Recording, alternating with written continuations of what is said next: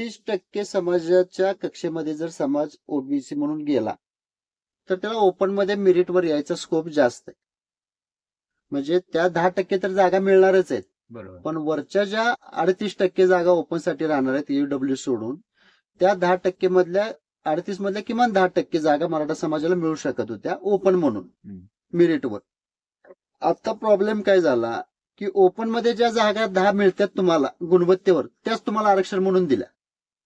आता आरक्षण त्याच 10 जागा दिल्यामुळे प्रॉब्लेम काय झाला, 32% समाज ह्यो 10% रिप्रेझेंटेशनवर रिस्ट्रिक्ट झाला.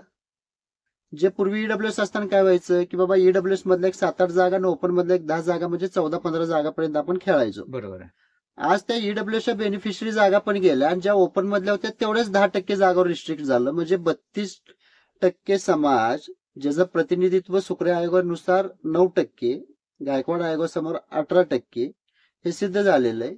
म्हणजे बॅकलॉग 12%चा भरून काढण्यासाठी आरक्षण दिलं 2018 पासून. पण आजची वस्तुस्थिती अशी आहे की हे एससीबीसी आरक्षण बॅकलॉग कमी करणार नाही, तर 10% प्रत्येक वर्षी 12% बॅकलॉग घेऊन जाणार हे आरक्षण आहे. त्यामुळे या आरक्षणाचा उपयोग नाहीये. हो. आणि याच्यामध्ये दुसरा एक विषय असा होतोय की तुमचं ओबीसी म्हणजे जो मेन प्रॉब्लेम आहे तो ओबीसी मध्ये किती जाती येतात? 384 लिस्ट आहे, आता ती वाढून 500-500 पर्यंत झाल्या उपजाती वगैरे मिळून. पण तेवढ्या जातींसाठी म्हणजे तेवढ्या जातींच्या समूहासाठी आपण 34% आरक्षण दिले असं म्हणतोय. पण फक्त मराठा समाज जर त्यात इन्क्लूड झाला तर डायरेक्ट 32% इन्क्लूड होते. मग त्यांचं जे प्रमाण आहे ते कमी होईल असं वाटत नाही तुम्हाला? मुळात प्रमाण कुणाचा काय फरक पडत नसतोय. प्रत्येकाला एक ठरलेली स्पेस आहे. आता 32% समाजाला लोकसंख्येच्या 50% आरक्षण दिलं तर ते 16% होते. पण 34% लोकांना 32% आरक्षण आजपर्यंत मिळालेलं आहे. बरोबर आहे. मराठा समाज आता ओबीसीत जाणार आहे. पण आज सुद्धा ओबीसीतल्या आणि व्हीजेएनटी मधल्या एक 12 ते 13 हातावर बोटावर मोजण्या एवढ्या जाती सोडल्या तर बाकीच्या जातींना आरक्षण मिळालेलंच नाहीये. ओके. म्हणजे मराठा समाज गेल्यावर नुकसान होणार आहे हे जे क्रिएट केलं जाते, मग आतापर्यंत नुकसान कोणामुळे झालं याचं संशोधन व्हायला पाहिजे. मूळ प्रश्न काय आहे की पर्सेंटेज जे ठरले त्याप्रमाणे जर धोरण आखलं गेलं तर एक पॉझिटिव्ह त्यातनं वे काय होईल की मराठा समाज, एक लक्षात घ्या, मराठा समाज वेगळा प्रवर्ग म्हणूनच ओबीसीत जाणार आहे. मराठा समाजाला सामाजिक आणि शैक्षणिक दृष्ट्या मागास ठरवलं गेले. त्यामुळे आरक्षण मिळताना फक्त शिक्षण आणि नोकरीतलंच आरक्षण मराठा समाजाला मिळणार आहे. मराठा समाजाची मागणी पण नाही आणि राजकीय आरक्षण मिळू सुद्धा शकत नाही, कारण त्याची प्रक्रिया वेगळी आहे, त्याला मागास ठरणं अभिप्रेत आहे. बरोबर. आता समजा जे 19% आरक्षण आहे त्यात सगळ्या जाती ओबीसीच्या जर एकत्र आल्या तर त्यांना 19% आरक्षण मिळेल, 10% मराठा समाजाला मिळेल.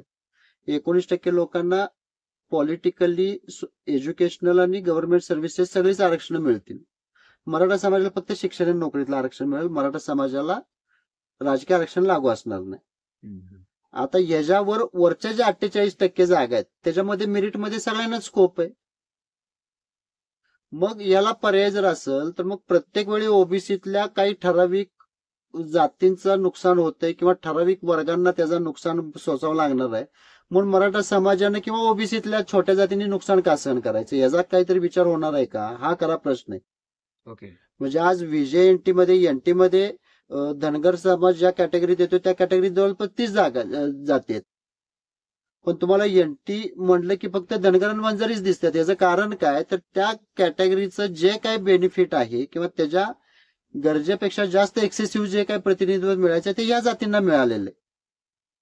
मग या जातींचा फायदा म्हणजेच ओबीसीचा फायदा, हा भ्रम पहिला दूर झाला पाहिजे. आणि बाबा ठीक आहे आम्हाला ओबीसीत घेणार नाही तर मग आतापर्यंत ओबीसीचं जे नुकसान झालं किंवा ओबीसीतल्या ज्या छोट्या जाती मागास राहिल्या या तुमच्यामुळे मागास राहिल्या ते यांनी छाती टोकून सांगितलं पाहिजे. आणि संविधान एक लक्षात घ्या, प्रत्येक गोष्टीकडे आपण जात म्हणून बघणं सोडून भारतीय म्हणून बघितलं पाहिजे. म्हणजे बाबासाहेबांचं नाव घ्यायचं, संविधानाच्या गोष्टी करायच्या आणि करताना मात्र त्या संविधान आणि कायद्याविरोधी सगळ्या गोष्टींचं समर्थन करायचं असं नाही ना चालणार. तुम्हाला जर संविधानानं रिस्ट्रिक्ट केले की तू ह्या स्टेजला गेल्यामुळे तुला इथं बसता येणार नाही तर त्याला बाहेर काढावंच लागेल. म्हणजे आज ओबीसी संघटनांनी 2 महिन्या मागपूर्वी इलेक्शनच्या आधी जे काढून घेतला की ओबीसी प्रवर्गाची उत्पन्नाची अट काढून टाकून फक्त नॉन क्रिमिनलच्या आधारे त्यांना आरक्षण द्या. म्हणजे या देशातली कायदा व्यवस्था आणि राजकीय व्यवस्था किती पुचकट आहे आणि किती निकामी झाली आहे एक छोटं उदाहरण आहे. आरक्षण देताना ज्यावेळी मागासले पण तपासलं जाते त्यावेळी त्याचं वार्षिक उत्पन्न दारिद्र्य रेषेच्या खाली असायला लागतं. पण ज्यावेळी तो मागास ठरतोय त्याला आरक्षण देताना त्याची आर्थिक मर्यादा काढून टाकायला लागतं. म्हणजे एक तर तुम्ही त्याला आरक्षण देण्यासाठी रिपोर्ट चुकीचा बनवलाय किंवा तुम्ही चुकीच्या पद्धतीनं समाजातल्या प्रगत लोकांना फायदा व्हावा म्हणून त्या आरक्षणाची क्रिमिलेअरची आर्थिक उत्पन्नाची मर्यादा वाढवायला लागलाय. बरोबर आहे.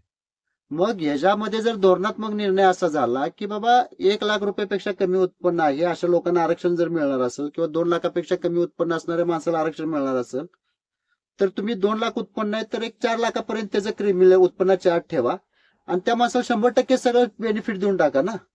जो माणूस 12 लाख रुपये महिना वार्षिक कमवतोय तो त्याच्या पोरांना चांगल्या पद्धतीने कमवू शकतो. सरकारने त्याच्या पोरांची जबाबदारी घ्यायची गरज नाहीये. पण ज्याचं खरोखर उत्पन्न 2 लाखापेक्षा कमी आहे त्याला जर 100% बेनिफिट दिलं तर तो मुख्य प्रवाहात लवकर येईल ना. बरोबर आहे.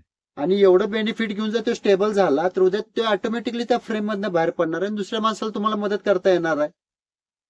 मग हे प्रत्येक गोष्टीत कसं झालंय, मराठ्यांनी म्हणायचं बामण वाईट आहेत, बामणांनी सांगायचं मराठी वाईट आहेत. वाईट कोणच नाही, वाईट राजकारण्यांनी ठराविक लोकांची मेंटॅलिटी.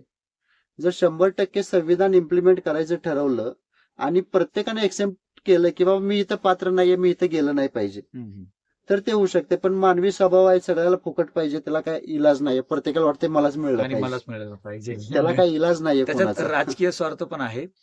आता मला असं विचारायचं तुम्हाला की जे आतापर्यंत म्हणजे स्वातंत्र्यापासून आतापर्यंत जे काही आरक्षण दिलं गेलंय, आरक्षण ज्या ज्या समाजाने उपभोगलंय, आपण उपभोगलंय असं म्हणूयात, खरंच त्यांच्यामध्ये काही बदल झालाय का किंवा किती फरक पडलाय त्याचा, आरक्षणाचा खरंच फायदा होतोय का, काय वाटतं? आरक्षणानं सगळा समाज बदलला असं तर कोणाचं चिन्ह नाहीये.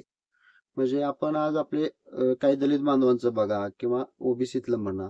आता ओबीसीत मध्ये 350 जाती आहेत, पण आपल्याला ओबीसी म्हणलं की 15 ते 20 जातीच्यावर 16व्या जातीचं नाव आठवत नाही. बरं, हे ओबीसी नेते समाजामध्ये ज्यांचं नाव घेतात. आता मध्यंतरी मी लक्ष्मण हाकेंच्या वॉलवर एक व्हिडिओ बघितलेला, पात्रवट समाजाचा माणूस चिन्ह हातोडा घेऊन हे करायला लागलाय, ते करायला लागलाय, सगळं ठीक आहे पब्लिसिटीसाठी.